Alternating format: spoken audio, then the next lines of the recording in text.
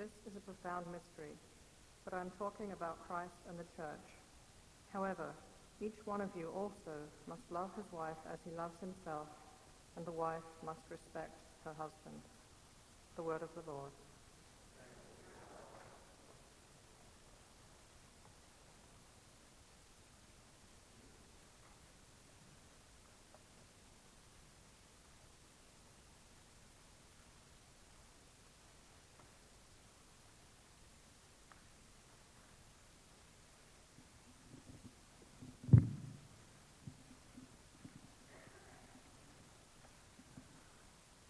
Well, here we are.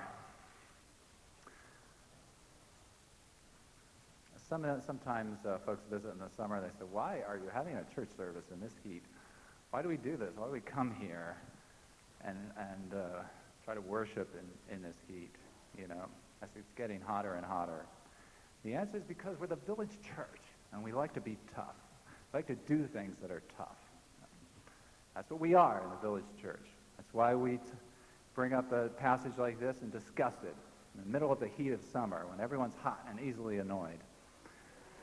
Because we're the village church. And there's no other answer, so don't ask. Well, we are coming to this passage. It's the next passage in our tour through Ephesians. And so we need to look at it because Paul considers this foundational for these churches he's writing to in the region of Izmir in western Turkey.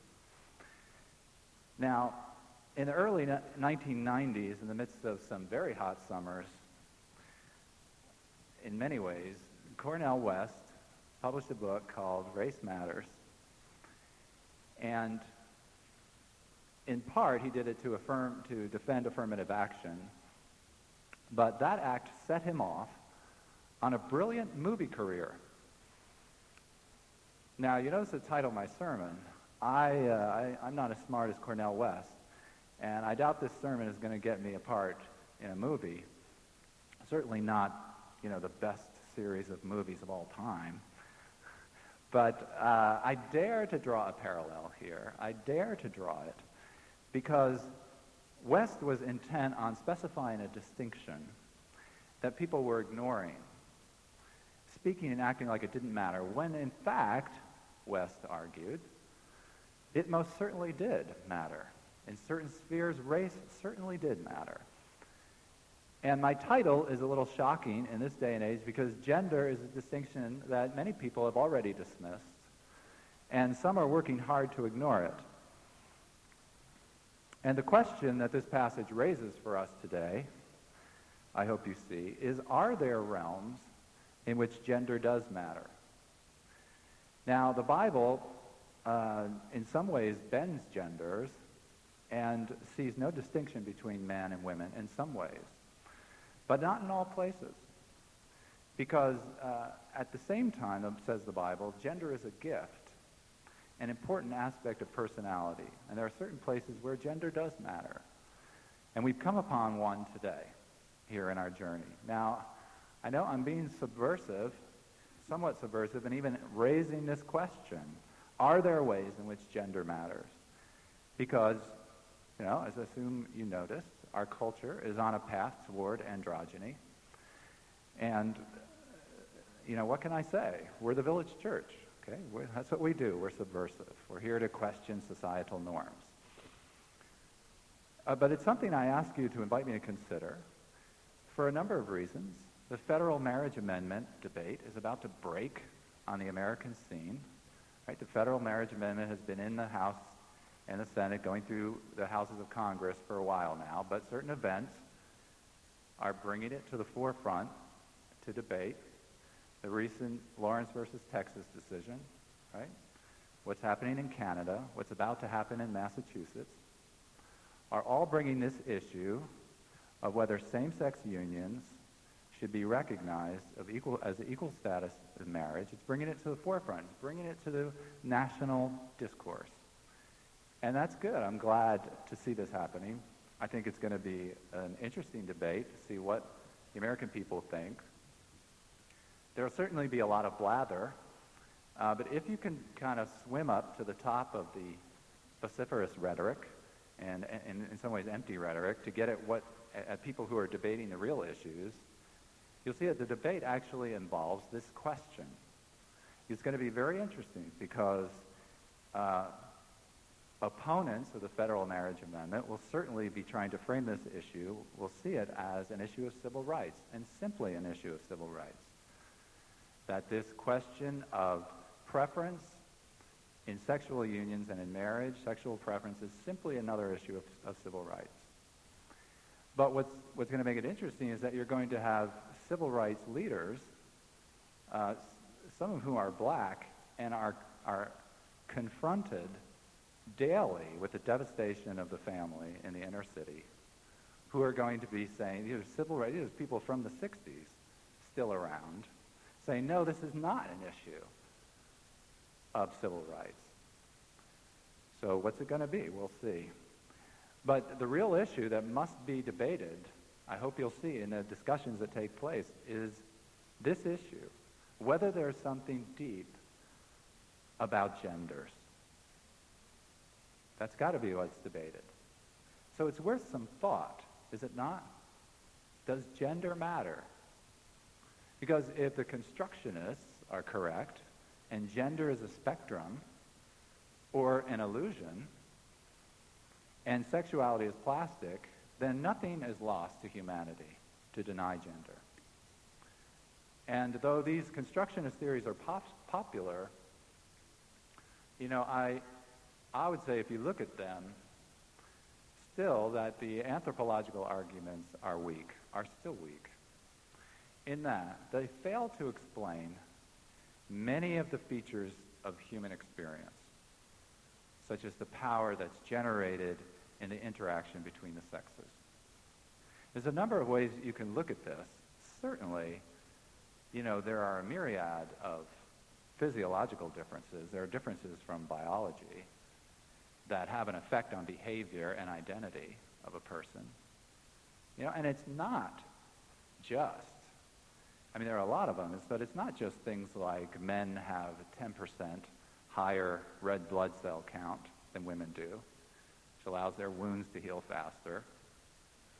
Or it's not just that things like women have a thicker layer of subcutaneous tissue, so they are more equipped to deal with extreme circumstances that take great endurance. Not just things like that. But sexual dimorphism actually extends, if you look at the literature, to other systems, even the nervous system. Yes, even the brain.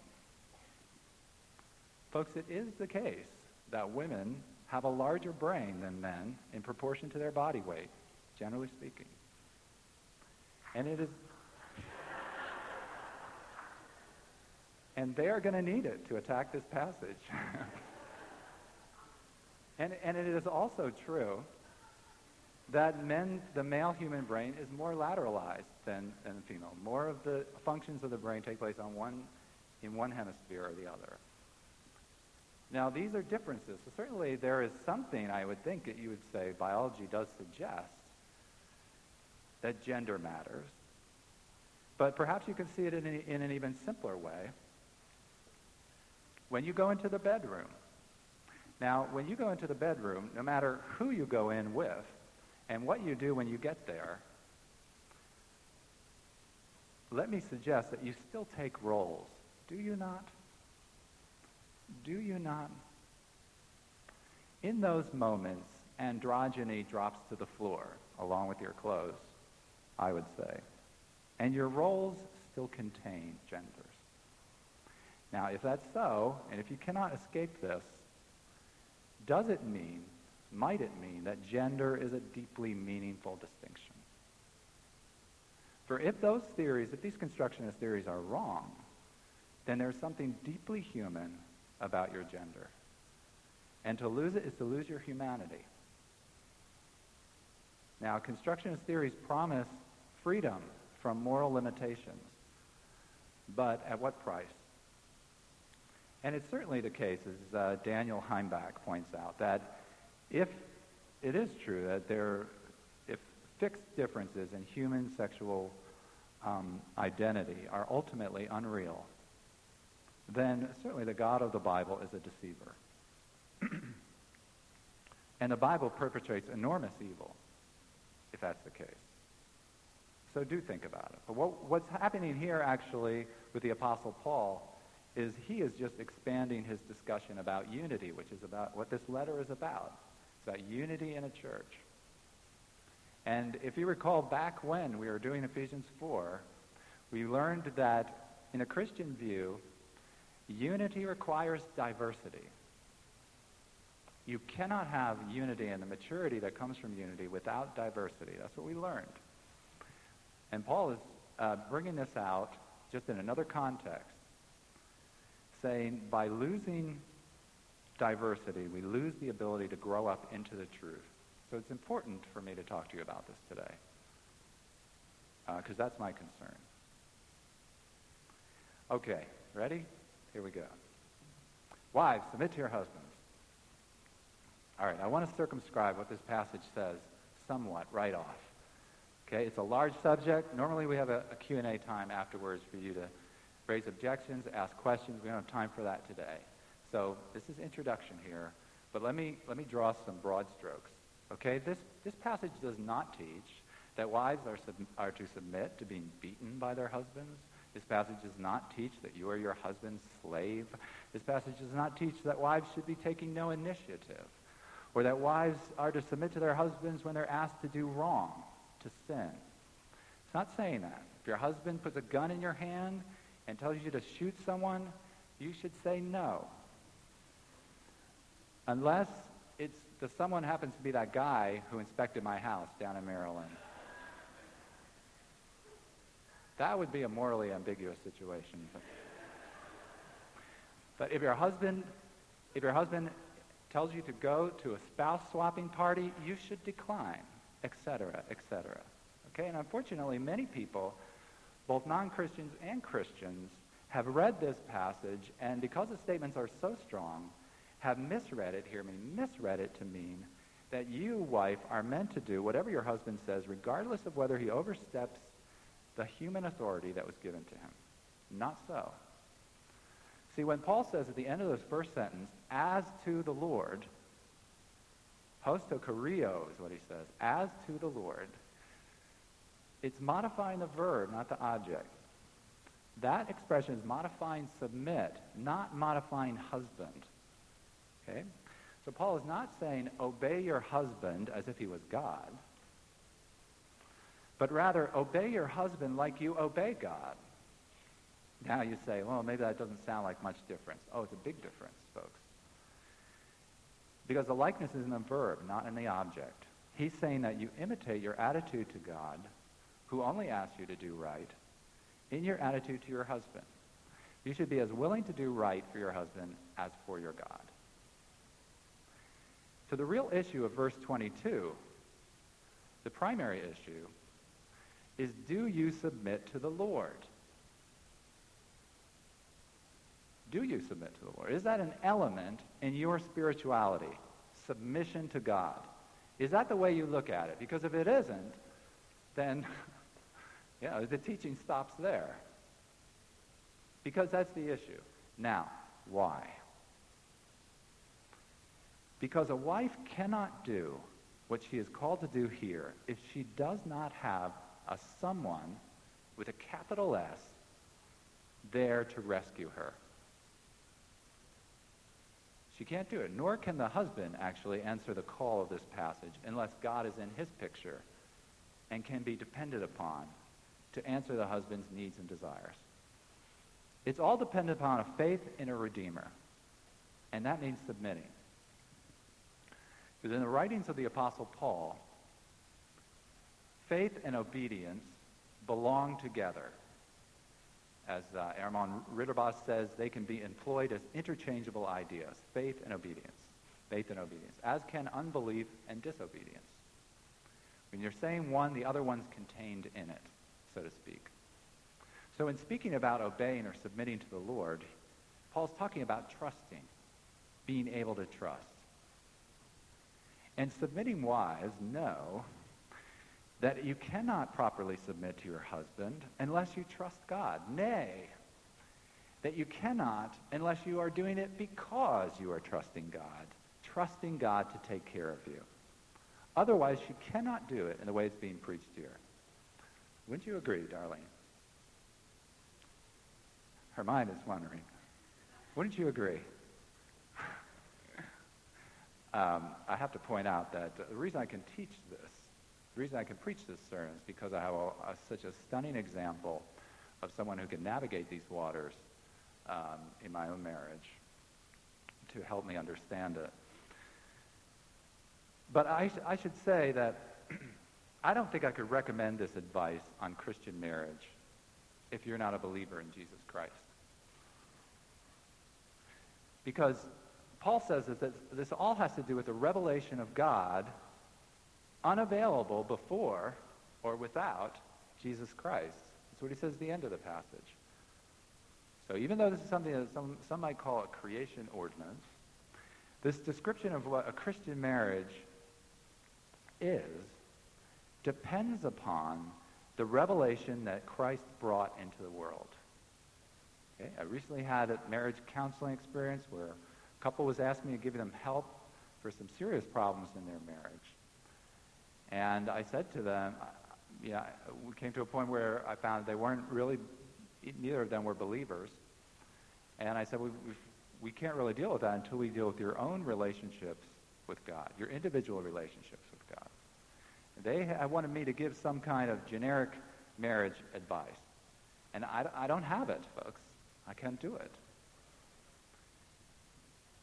Because to try to do a Christian marriage without trusting God in Christ, it won't work. Because it will turn your marriage, it'll turn your spouse either into an idol or into an adversary. Now, all that being said about what this doesn't mean, this is still a very strong statement that's being made to Christian wives. Very strong. And I've heard this passage presented in such a way of saying, oh, well, it's not such a big deal. You're not being asked to do that much. In practice, you really don't have to submit to that much and things like that. I cannot stand here and soft pedal submission because it is not a little thing. It's a huge thing, folks. It's an enormous thing to ask a person to submit her will to another on a regular basis. That's an enormous thing to ask. And you see, it's enormous precisely because men and women are equal. Because according to the scriptures, both sexes, both women and men, are centers of transcendent worth. That both men and women have the unique privilege of bearing the image of God. And it's because of the insistence of the scriptures that men and women are equal that actually puts the meaning of submission. And it's what makes it such a big deal. And Paul knows this. Oh, he knows it. And I'll show you how I know he knows it in a minute.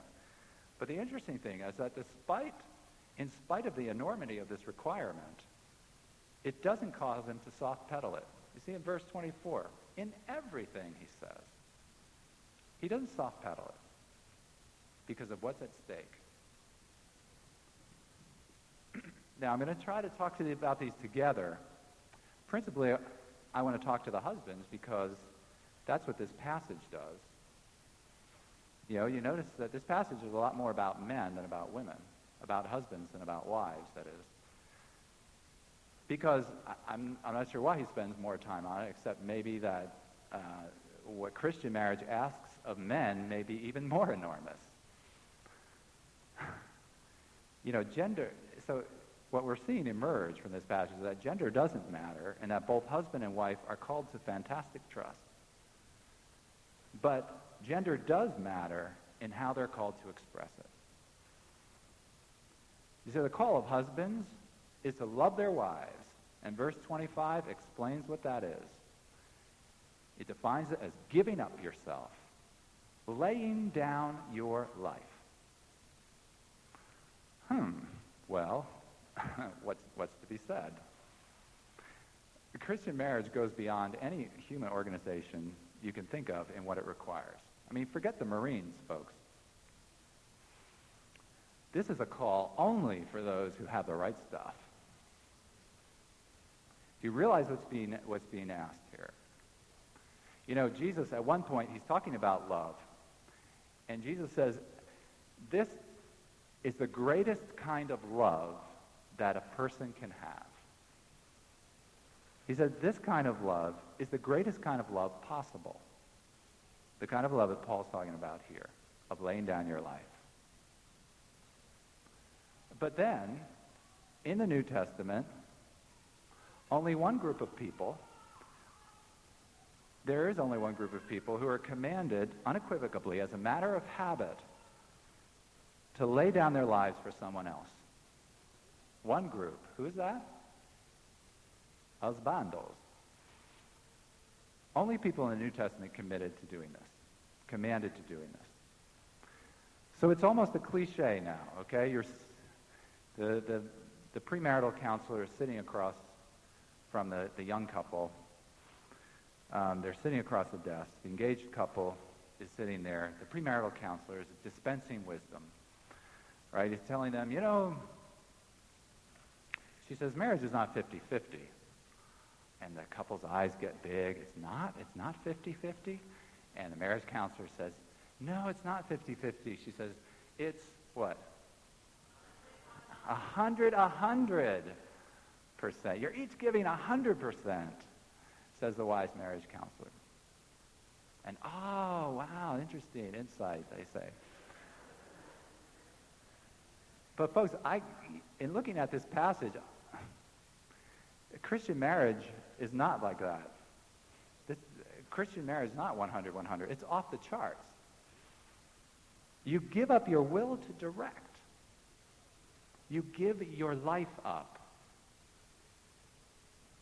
Physically if needed, and daily every day. Daily in the other ways.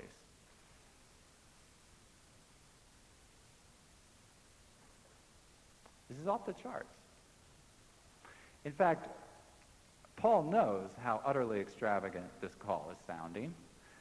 So he goes on in verses 27 to 29 to try to convince the husband that living this way is really for his benefit as well.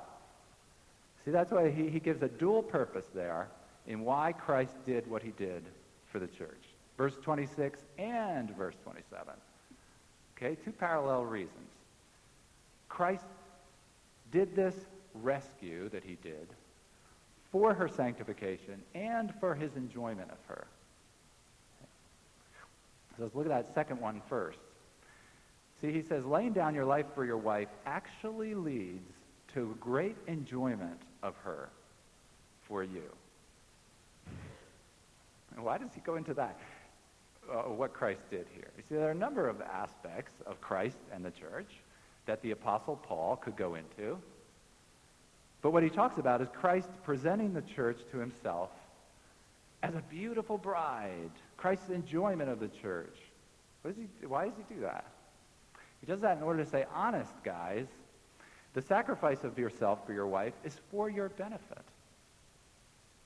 You and your wife are so connected, it's like exercising or taking care of yourself or feeding your own body. You get great benefits from doing that. And so when he says in verse 29, no one ever hated his own flesh, and you say, oh, that's not true. What about masochists? Listen, what he's talking about is basic stuff like eating, giving nourishment to your body. Okay, he's not talking about the relationship between pleasure and pain. Okay, even if you are into S&M, you don't starve yourself. If you go into one of these fantasy stores in Greenwich Village, they don't have little racks of pamphlets there saying, how to fast to increase your pleasure. Right? Well, I'm guessing.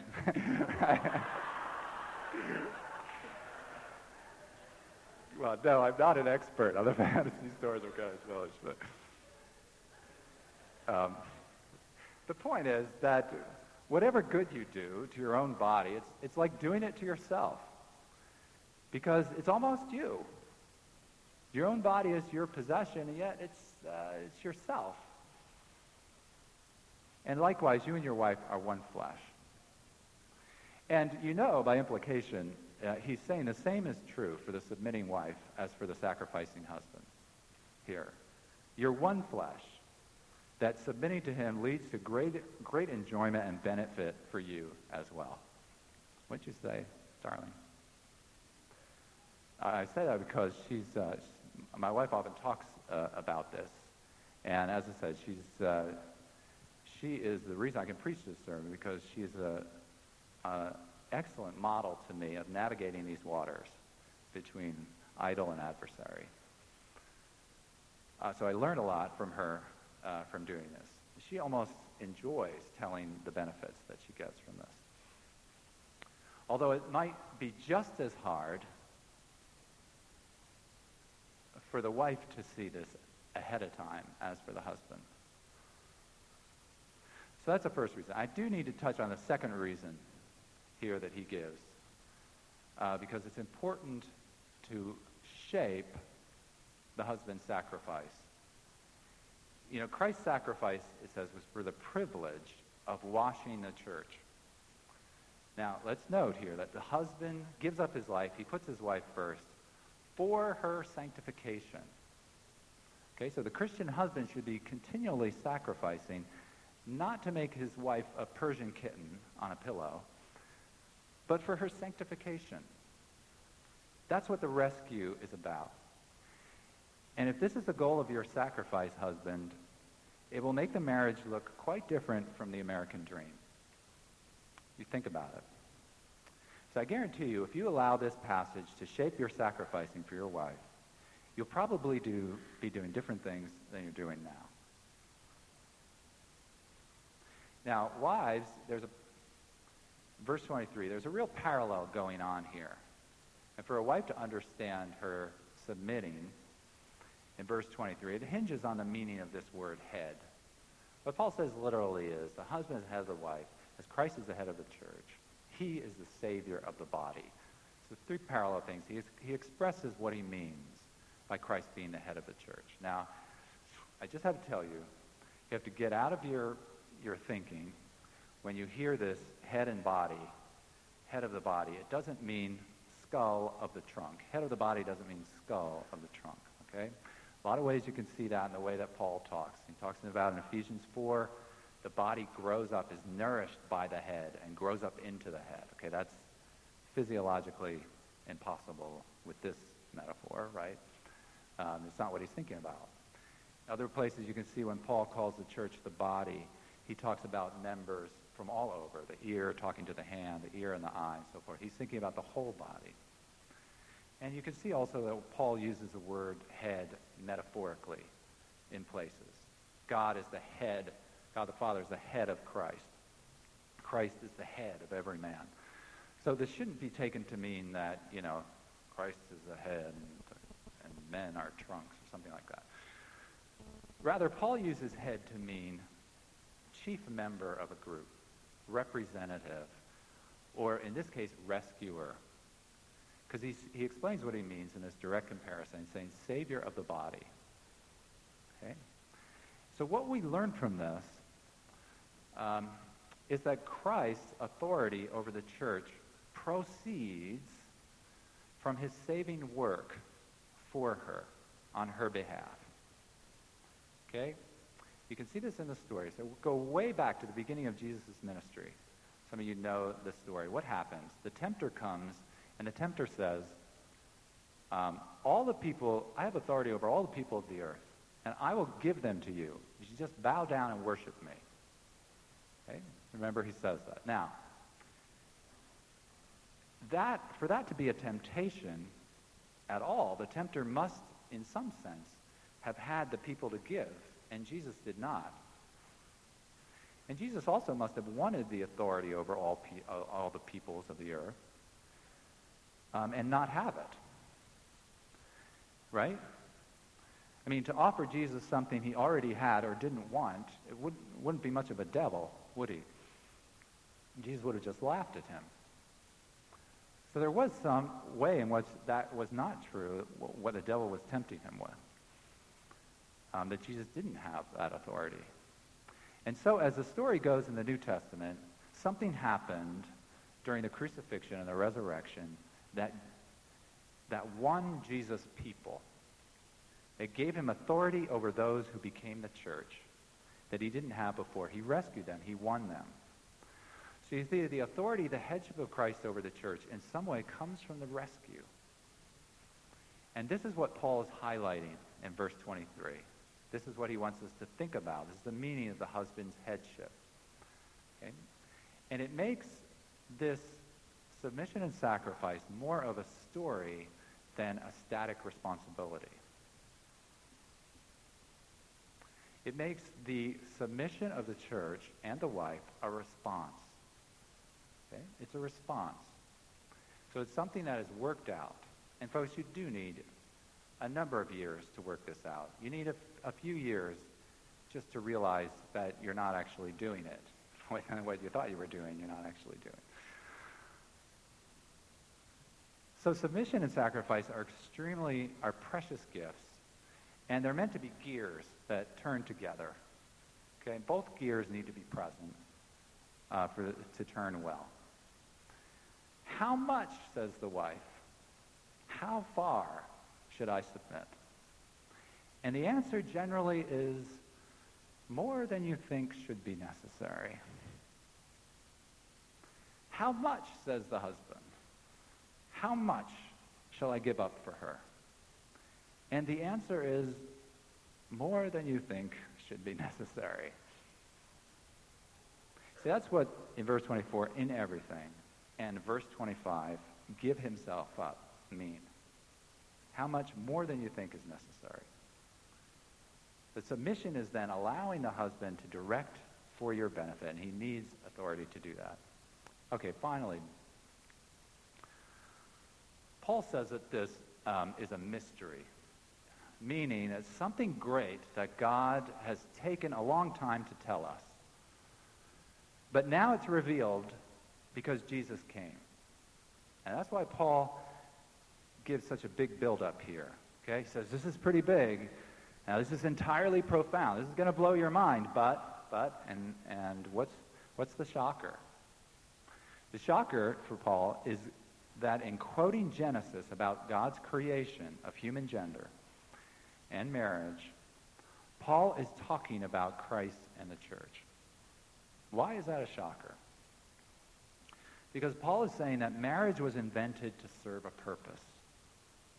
Okay? And that purpose is to illuminate the love between Jesus Christ and his church. In other words, Christ and the church is not like marriage. Marriage is like Christ and the church. See, Paul is not thinking of marriage and saying, now, what is marriage like? What do I like in marriage? You know? Oh, I know. I'll talk about Christ and the church. That's a good metaphor for what should go on in marriage. No. Marriage is the metaphor. Marriage is the metaphor that God invented to explain this love between God and his people. And it was designed, says Paul, after and around the love of God for his own. And it was done before the fall. So the reason the husband and wife can think of themselves as becoming one flesh is because the church has become Christ's body. There's a union. Relationship, this one was, made to show how closely Christ holds you as his very flesh. And that's what we're going to celebrate today in a moment when we go to communion. But that means also that what's going on in marriage is a shadow play. It's a shadow play. You see, all human authority is a shadow, not in Plato's sense, but in terms of headship. Kings and presidents, if they are honest, should come to the conclusion that they have no business being where they are, to be an authority over people. Because even the best really don't fit the shoes, really don't fit the crown.